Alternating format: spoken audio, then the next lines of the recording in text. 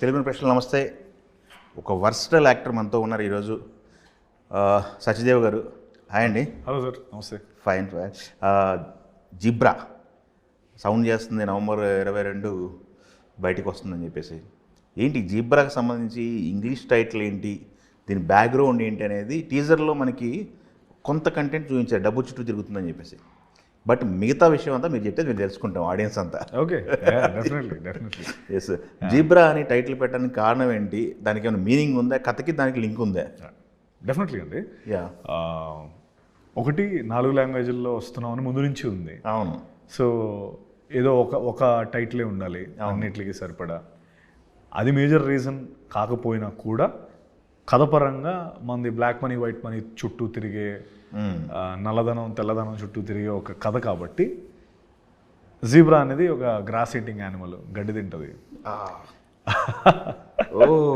So ఆ గడ్డి ఏ గడ్డి అన్నది సినిమా చూస్తే మనకు అర్థమవుతుంది. సో ఆల్సో సినిమాలో మొత్తం అన్ని కలర్స్ ఉంటాయి కానీ మనుషుల్లో మాత్రం బ్లాక్ అండ్ వైట్ అనేతో రిప్రజెంట్ చేస్తాం కదా. అంటే బయట మనకి ఎంత ఉన్నా ఆడ పెద్ద బ్లాక్ అండ్ వైట్ అంటే ఈజీగా రిజంబ్లెన్స్ కదా. సో సినిమాలో కూడా అందరు ప్రతి మనిషిలో ఉండే బ్లాక్ అండ్ వైట్ సినిమా ఆద్యంతం అదే కనబడుతుంటుంది, ఎవడు వైటో ఎవడు బ్లాకో తెలియదు. సో ఇలా అన్ని చుట్టూ కామన్ డినామినేటర్ చేసుకొని జీబ్రా అని పెట్టాడు. అంటే మేము డైరెక్టర్ని ఏడిపిస్తూ ఉంటాం అనమాట. ఫస్ట్ ఫిల్మ్ పెంగ్విన్, ఇది జీబ్రా, మూడోది డైనోసారా అని చెప్పి అని ఏడిపిస్తూ ఉంటాం. అది యాదృచ్ఛికంగా జరిగింది అంతే. అలాగా ఈ టైటిల్ దీనికి యాప్ట్ అని చెప్పి ఫీల్ అయితే అని పెట్టాడు. ఓకే. ఇది అసలు ప్రాజెక్టు ఏ లాంగ్వేజ్ అని స్టార్ట్ చేశారు, ఇప్పుడు 4 లాంగ్వేజ్లు రిలీజ్ చేస్తున్నారు. స్టార్టింగ్ 4 లాంగ్వేజ్లు అని చేశారా, లేకపోతే కన్నడ సినిమా తెలుగులో చేస్తున్నాము, అన్ని లాంగ్వేజ్ చేస్తున్నామా, తెలుగు సినిమా అన్నింటిలో చేస్తున్నామా, ఏంటి పరిస్థితి? అన్నిట్లో చేద్దాం అనేది, తెలుగు సినిమా అన్నిట్లో చేద్దాం. అదే ఐడియా ఫస్ట్ నుంచి. ఓకే, తెలుగులో చేస్తాము, మిగతా అన్ని లాంగ్వేజ్లో డబ్ చేస్తాము అని. ఓకే. కాకపోతే ముందు నుంచి అన్ని లాంగ్వేజ్, ఒక 4 లాంగ్వేజ్లో మనం రిలీజ్ చేస్తామని తెలిస్తే దానికి సంబంధించిన యాక్టర్స్ని ఎంచుకొని పెట్టడం జరిగింది. ఓకే. సత్యరాజ్ గారు, ధనంజయ, ప్రియా భాను శంకర్, సత్య, సునీల్, అదే reason logic. Yes. Satya cube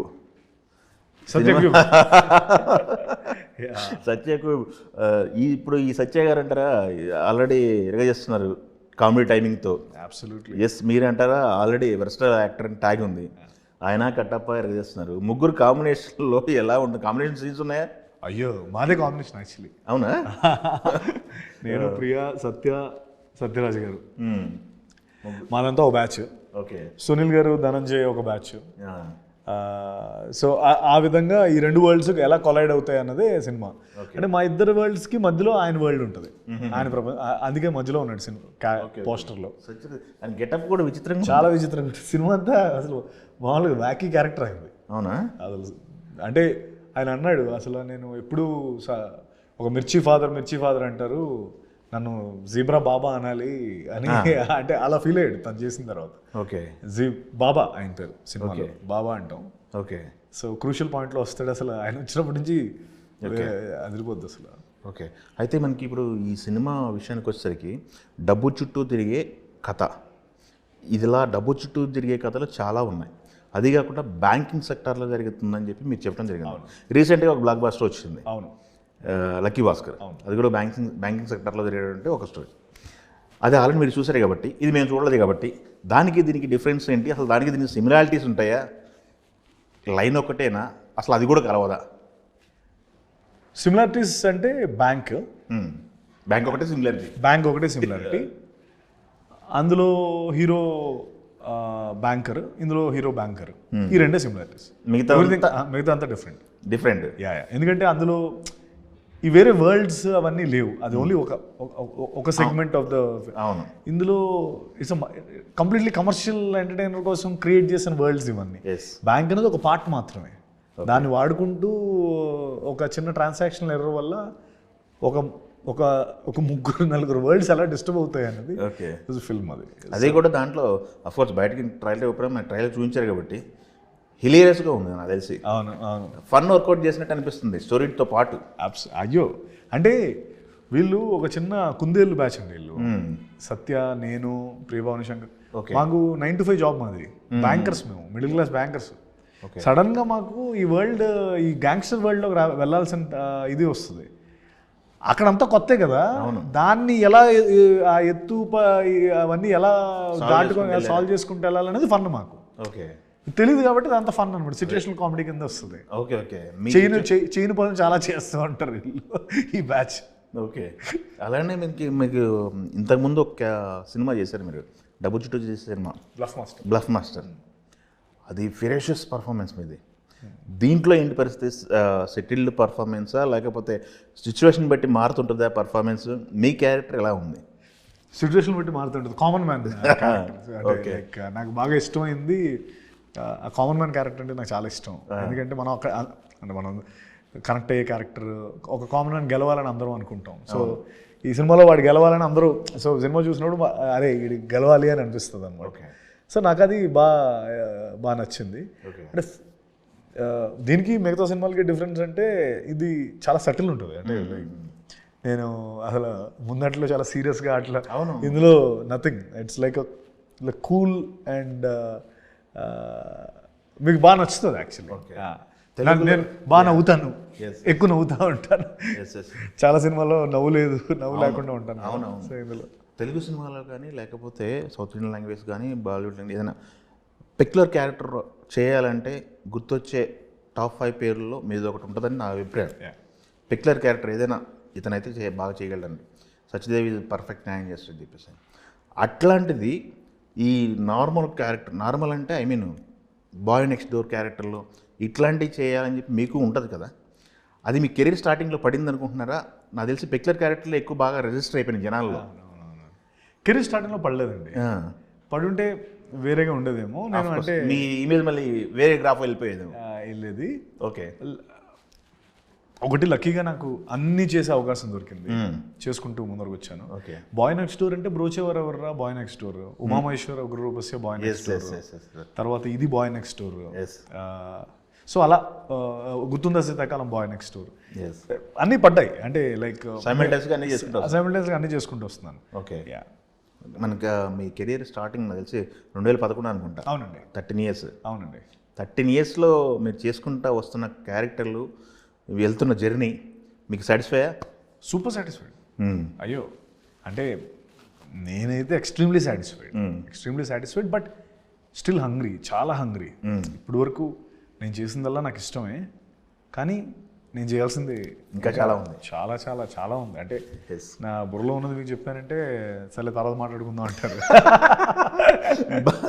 ఉండాలి, అది ఉంటేనే గోల్కి ఒక అర్థం ఉంటుంది. ఎస్, ఇండస్ట్రీకి వచ్చిన ప్రతి ఒక్కళ్ళు కూడా పెద్ద హీరోలు, పెద్ద ఆర్టిస్టులతో అందరితో వర్క్ చేయాలని ఉంటుంది. మీకు నాకు తెలిసి గాడ్ ఫాదర్ క్యారెక్టర్ అనేది చిరంజీవి గారి కాంబినేషన్లో చేయటం, అది కాకుండా ఆపోజిట్ క్యారెక్టర్ చేయటం, అంత పెద్ద స్టార్కి అపోనెంట్ బలంగా ఉంటేనే క్యారెక్టర్ పండిద్ది అంటారు కదా, అది మీరు చేయటం, ఆ స్ట్రేచర్కి రావటం అనేది, ఈ స్ట్రగుల్ గురించి ఏం చెప్తారు?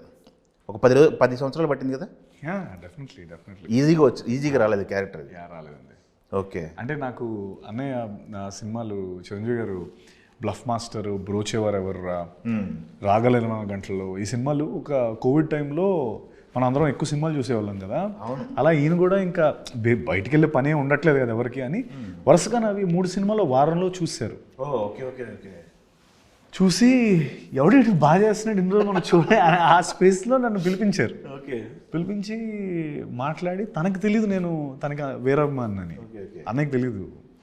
నేను వచ్చిన తర్వాత అసలు మీకు తెలుసా ఈ మూమెంట్ కోసం నేను అంటే దాని ముందు కూడా నాకు తనని కలిసే అవకాశం దొరికింది, కానీ నేను కావాలనే, అంటే కలిస్తే నేను నా వర్క్ ముందు వెళ్ళాలి అంటే ఒక ఫ్యాన్గా, ఏదో నేను ఫ్యాన్ బాయ్గా వచ్చి మిమ్మల్ని కలుస్తున్నానంటే నాకు ఇష్టం లేదు. ఇప్పుడు ఆయన వర్క్ చూస్తే నేను మీ ఫ్యాన్ అండి, అందుకే ఇదంతా చేశాను నేను, మీరేంటో తెలిస్తే అని ఇప్పుడు అనుకునేవాడిని. కావాలని అంటే ఎంత అభిమానం అయినా ఇప్పుడు కలవలేదు కావాలని, కానీ అది నాకు అలా కుదిరింది ఆ రోజు. అప్పుడు నేను ఏదైతే డ్రీమ్ చేశానో ఆయన 3 సినిమాలు చూస్తారు నావి అదే వారంలో, చూసి ఆయనే పిలిపించి మాట్లాడడం అన్నది అసలు most memorable thing in my life. ఎప్పటికీ కూడా ఆ రోజు జరిగిన కాన్వర్జేషన్ July 8th, 2020 డేట్, అది మర్చిపోలేను నేను. అది మోస్ట్ సరిగా ఇప్పుడు మీరున్నారు. అవును. మీరు మీ కెరీర్లో మీరు ఎంచుకున్న ప్రొఫెషన్లో ఎవరో బిగ్ తన్ని పనిచేయాలని ఇన్స్పిరేషన్గా తీసుకున్న వ్యక్తిని ఆయన మిమ్మల్ని పిలిచి నువ్వు బాగా చేస్తున్నావు అని అంటే ఎలా, దట్ ఈస్ ద ఫీలింగ్. వెయ్యేనికి బలం అంటారు అంతే, ఏమో మనం చేసింది కరెక్ట్ అనమాట అయితే ఇన్ని రోజులు. సో ఓకే, అది అంతేనండి. అప్పుడు పిలిచారు. తర్వాత 1-2 years తర్వాత మళ్ళీ చిరంజీవి గారు పిలిచి, ఇది ఒకటి ఉంది, చేస్తే బాగుంటుంది, నీకు మోర్ విజిబిలిటీ వస్తుంది. బికాస్ అదేదో ఊరికే మీరు సినిమా చూసినట్టయితే గాడ్ ఫాదర్లో అదేమి అన్ని విలన్స్ అంటే నెగిటివ్ రోల్, యాంటాగనిస్ట్ రోల్స్ కాదు. అంటే చూడండి, జనరల్గా కొట్టేసి తన్నేసి పడేసి మీకు నెక్ టు నెక్ అంటే అంత గొప్పగా రాశారు. అన్నయ్య అంత గొప్పగా ఒప్పుకున్నారు రాయండి అలాగా అని చెప్పి. అసలు మీరు ఆ క్యారెక్టర్ ఎండింగ్ కూడా నాకు నేనే చేసుకొని ఇదైపోతాను అని ఎవరు ఇచ్చేయరు. అంత గొప్పగా ఎక్కడొస్తుంది అవకాశం. అంటే అది అంత పెద్ద హీరో సినిమాలో జనరల్గా వాళ్ళకి ఏంటంటే మనని కొట్టడం ఏదో ఉంటాయి, అవి ఏమీ లేకుండా నేను అది చేశానంటే చాలా గొప్ప విషయం. మామూలు కాదు. ఆ సస్టైన్ 3 గంటలు ఆ సస్టైన్ చేయటం అంటే క్యారెక్టర్ని మామూలు విషయం కాదు. అంటే నా గొప్పతనం కదా, ఐ మీన్ టు సే అది అన్నయ్య గొప్పతనం. ఆయన ఇవ్వడం అన్నది వాళ్ళ గొప్పతనం, నాది నథింగ్. ఓకే. ఇంకొకటి అండి, మోరోవర్ మన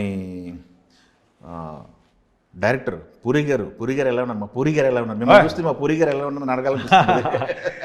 ఆయన సూపర్ అండి, మొన్న కలిసాను. ఓకే, చాలా బాగున్నారు, అద్భుతంగా.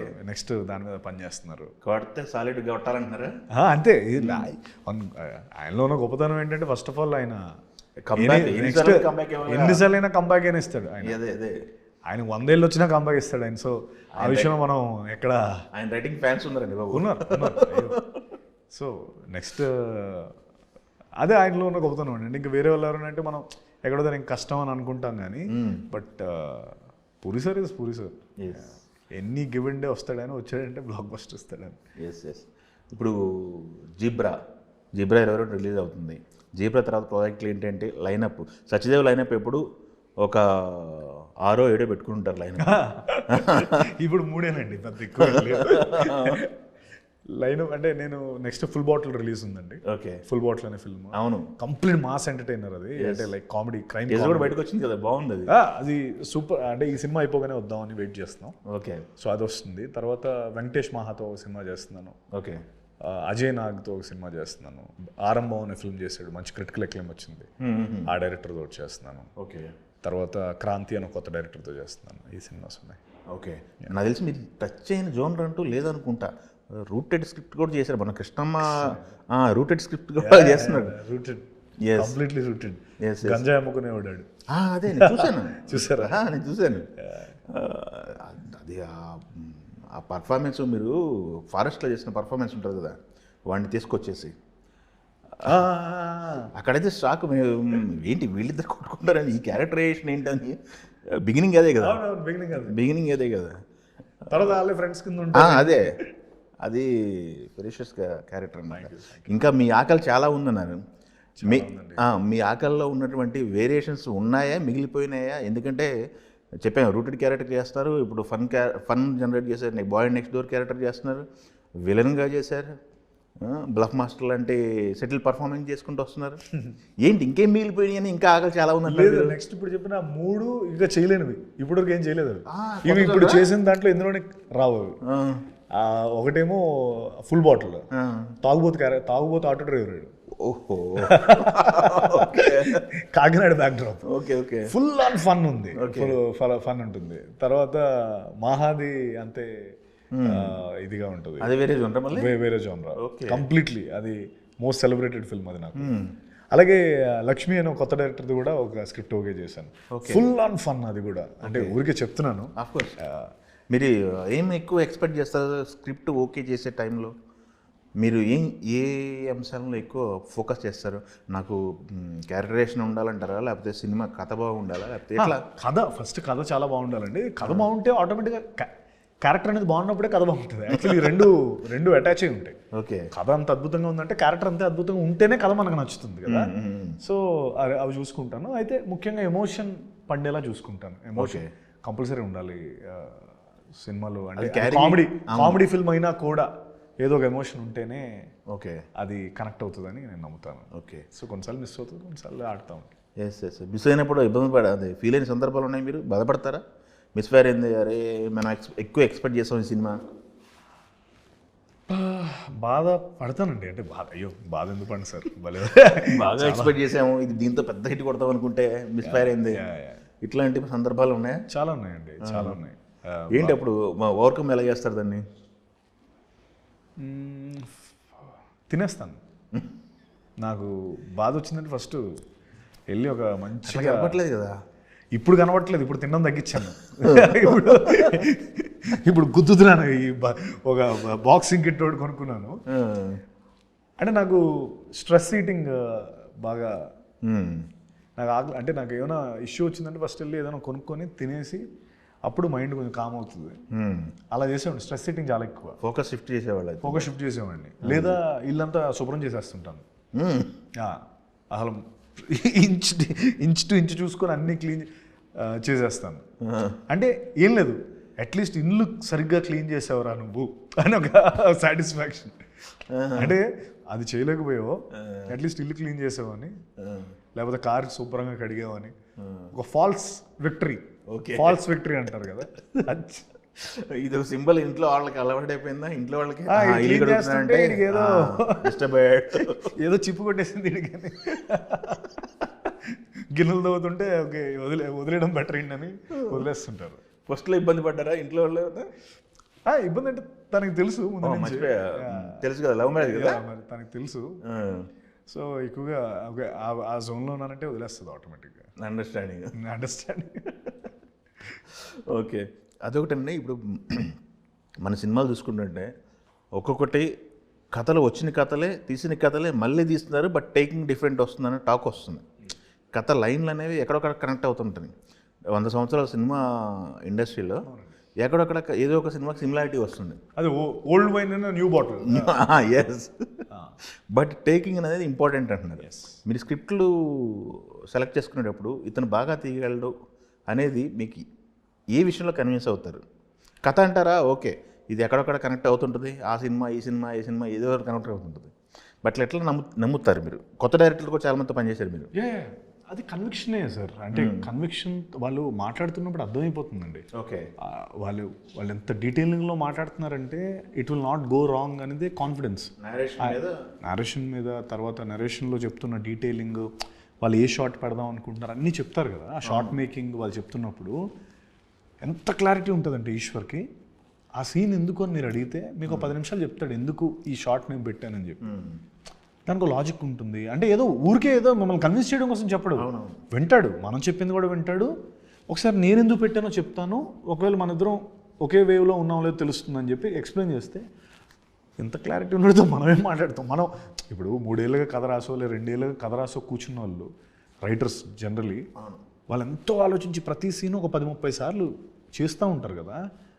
మనం ఏదో ఇది బాగాలేదని చెప్పి చాలా ఈజీగా చెప్పగలుగుతాం, కానీ దానికి వాళ్ళకి ఒక ఎమోషన్ ఉంటుంది, దానికి ఒక స్టోరీ ఉంటుంది.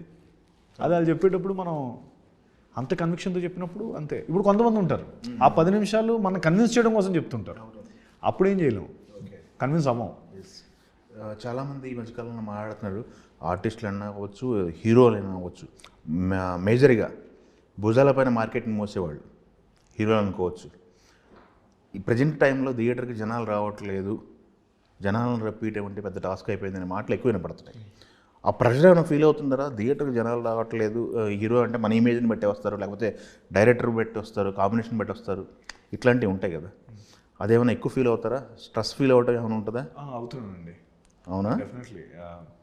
ఎందుకంటే నాకు లేకపోతే నా తోటి యాక్టర్స్ ఎలా ఉంటుందంటే యాక్టింగ్ అన్నది మనం చేస్తే చాలా అని అనుకుంటాం, దాని తర్వాతే అసలైన యాక్టింగ్ మొదలవుతుంది ఇప్పుడు. అదే కదా. సో ఇప్పుడు ఏంటంటే నేను అదే అంటే ఇప్పుడు ప్రమోషన్స్ అనేవి కంపల్సరీ జనాల్లోకి తీసుకెళ్ళాలి, మన ప్రొడక్ట్ చూపించాలి, వాళ్ళకి మనం దానిపైన వాళ్ళకి ఒక నమ్మకం కలిగించాలి, లేకపోతే ట్రైలర్ ద్వారా టీజర్ ద్వారా అరే ఈ సినిమా చూడాలని వాళ్ళకి అనిపించాలి. ఇదంతా సినిమా చాలా ఈజీగా చేసేస్తున్నాం ఇప్పుడు, బట్ ఇది చాలా స్ట్రెస్ఫుల్గా ఉంది. అంటే of course it's part of the గేమే, నేను వేరేగా అనట్లేదు, అందులో ఉన్న పార్టే. బికాస్ ఇప్పుడు మనం ఎక్కువ వరల్డ్ సినిమాకి ఎక్స్పోజ్ అవ్వడం వల్ల లేకపోతే కోవిడ్ తర్వాత జరిగిన పరిణామాలు కావచ్చు, సో ఇంకొంచెం ఎక్కువగా వాళ్ళని మనం ఇంప్రెస్ చేయాల్సిన అవసరం మన మీదే ఉంది. ఓకే. సో ఆ ఇంప్రెస్ చేసే ప్రాసెస్లో ఈ తల బాదుకొని ఏం చేయాలి, ఒకందుకు ఓటీటీ ప్లస్ మైనస్ అని చెప్పి it's always everything is like always plus and minus. First OTT వల్ల లాభపడింది మీరే అనుకుంటా ఎక్కువ.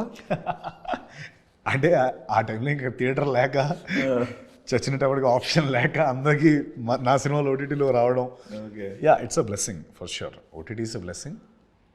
ఆ టైంలో నా సినిమాలు అన్నీ వచ్చాయి, 8 సినిమాలు వచ్చాయి, 8 సినిమాలు వచ్చాయి, ఆప్షన్ లేదు ఎవరికి, చూడండి అందరూ అని చెప్పి. సో చూసి మీరు రాకపోతే థియేటర్కి మేము వస్తాం, మీ ఇంటికైనా వెళ్ళిపోయాను, ఇంటికి వస్తానని చెప్పి వెళ్ళిపోయా. సో ఇట్ వర్క్డ్ అవుట్, అప్పుడు బాగా వర్కౌట్ అయింది. ఉమామేశ్వర్ కావచ్చు, లాక్డ్ కావచ్చు, gods of Dharmapuri, 47 days, Guvva Gorinka, ఇంకోటి ఏదో వచ్చింది, అలా వరుస పెట్టి అన్నీ వచ్చాయి. తర్వాత తిమ్మరసు వచ్చింది, తిమ్మరసు చాలా బాడింది, తిమ్మరసు వచ్చింది. ఓకే. ఇంకోటి కమింగ్ టు జిబ్రా అండి, జిబ్రా విషయానికి వచ్చినట్టయితే ఈ సినిమాకి క్రైమ్ థ్రిల్లర్ అన్నాడు, మ్యూజిక్ అనేది చాలా ఇంపార్టెంట్. రవి బన్సుని తీసుకోవటాన్ని అనే ఆలోచన డైరెక్టర్ సజెషనా, ఆర్టిస్టులుగా, టెక్నీషియన్స్గా మీరా, లేకపోతే ప్రొడ్యూసరా? ప్రొడ్యూసర్స్ రెడ్డి, ఎస్ఎన్ రెడ్డి గారు, దినేష్ అండ్ బాలా. అంటే ఇంత పెద్ద సినిమా చేస్తున్నాం కదా, అంత పెద్ద లేబుల్ ఉండాలి అంటే కేజీఎఫ్, సలార్, అంత పెద్ద లేబుల్ ఒకటి మనకి పడాలి, ఎందుకంటే 4 లాంగ్వేజెస్లో చేస్తున్నాము. And of course is most talented. ఆయన కథ నచ్చాలి ముందు, ఆ విషయం కథ చెప్పారు, కథ అద్భుతంగా నచ్చింది. సార్ ఆయన హోంబాలాలో ఇప్పుడు కేజీఎఫ్ 2, 3 ఉంది, సలార్ 2 ఉంది, కాంతార అంటే అఫ్కోర్స్ కాంతారకు ఆయన కాదు, బట్ స్టిల్ వస్తూనే ఉంటాయి కదా. సో స్టిల్ ఆయనకు ఒక సినిమా మాది నచ్చే చేశాడు ఆయన, చాలా బాగా నచ్చి. ఓకే. రవి బస్రూర్ ఆన్ బోర్డ్ అయ్యారు. So we are very happy. Music విన్నారు కదా మీరు? అవును, మామూలు. అదొకటి. ఇంకొకటి, ఈ సినిమా అనేది ఏ రేంజ్ మీరు ఎక్స్పెక్ట్ చేస్తున్నారు? ఈ సినిమా ఇప్పుడు సినిమాను కొలమానం అంతా కూడా నెంబర్స్లోకి అయిపోయింది. ఇంత మునుపు అంటే 50 days ఆడింది, 100 days ఆడింది, సిల్వర్ జూబ్లీ చేసుకుంది అనేది కొలమానాలు ఉండేవి. ఇప్పుడు జస్ట్ నెంబర్స్, కోట్లు, 20 కోట్లు, 30 కోట్లు, 50 కోట్లు, 100 కోట్లు, ఈ మార్క్ వెళ్ళిపోతుంది. మీ ఎక్స్పెక్టేషన్ ఏంటి? ఎంత చేస్తుందనా, ఏ రేంజ్కి వెళ్తుందని సినిమా? అయ్యో నేను అంటే నెంబర్స్ నెంబర్ గేమ్లో కాకుండా చూస్తే అండి, బట్ సూపర్ కాన్ఫిడెంట్ ఉన్నాను, అది మాత్రం చెప్పగలను. ఓకే. ఇది ఎక్కడికైనా వెళ్ళొచ్చు, ఓకే, ఎంతైనా తేవచ్చు, కానీ బట్ ఆ కాన్ఫిడెన్స్తో మనం ముందరికి చూడండి, గుండె నిండా ధైర్యం నింపుకొని ముందరికి వెళ్ళే సినిమా ఇది. ఓకే. సో నాకు ఆ 22nd ఎక్సైటింగ్గా వెయిట్ చేస్తాను, మోర్ దెన్ నర్వస్నెస్, ఎక్సైటింగ్గా ఉంది. అరే అమ్మయ్య, ఓ మంచి ప్రోడక్ట్ డెలివరీ చేసాం, నౌ లెట్స్ సీ. ఓకే.